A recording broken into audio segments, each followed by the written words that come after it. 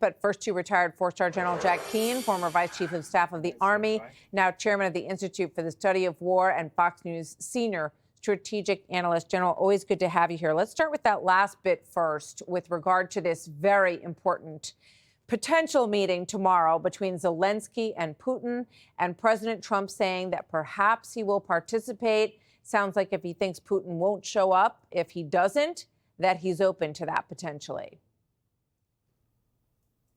Yeah, well, this is a bit of calling Putin's bluff here, as we can see. I mean, the truth is the Europeans got together, visited Kyiv last weekend, and they were in full support of Zelensky, Ukraine, 30-day ceasefire, and also major sanctions similar to what the United States was putting together, led by Senator Graham in the Senate, but also the president with his own team. And that kind of unity we really hadn't seen. And next thing we know, Putin, within hours, is offering, well, let's talk to Ukraine directly. Let's do it in Turkey. And Zelensky, as opposed to stiffen that and saying, well, he really doesn't want a peace agreement, he says, OK, I'm willing. I'll be standing there waiting for you. And we'll see what unfolds here. Yeah. In my own mind, Putin is using that talk to stall, Martha. That's his motivation here, and try to get more concessions. But it's interesting because initially Zelensky said, I'll only meet you if we have a ceasefire agreement. And then President Trump nudged him, don't wait for that. Let's just have this meeting and sit down. So I think that also called Putin's bluff because perhaps he thought that was going to provide the barrier that he was looking for. But now they are all asking for that moment. And as we said, and as you just heard from the president, Secretary Rubio will be there. What is your best bet on what happens next year, General? Well, with Russia and Ukraine, I think Russia has made up its mind. They're not going to any permanent ceasefire any day soon. They're going to treat going down this hard line, and they want to get concessions, which are pretty unreasonable, for Ukraine. They want Zelensky to be gone. They want to change the constitution. They want to demilitarize Ukraine's military.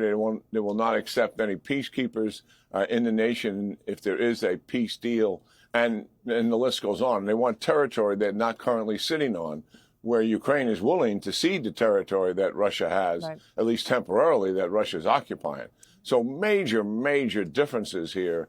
And Putin's hard line, I think, is the reason why we really haven't had any significant compromises here. Excuse me, to be losing his patience a bit with Putin on this. So we'll see where it goes tomorrow in Turkey. It's going to be fascinating to watch. What are your thoughts on this meeting between this former al-Qaeda leader, who is now the president of Syria, and President Trump saying, look, let's open some relations here. Let's start discussing things with this new leadership in Syria? Yeah, when I draw back and look what the president has been doing since he came into office, 100+ days in his first visit here, within such a short period of time, his first international visit to the Middle East.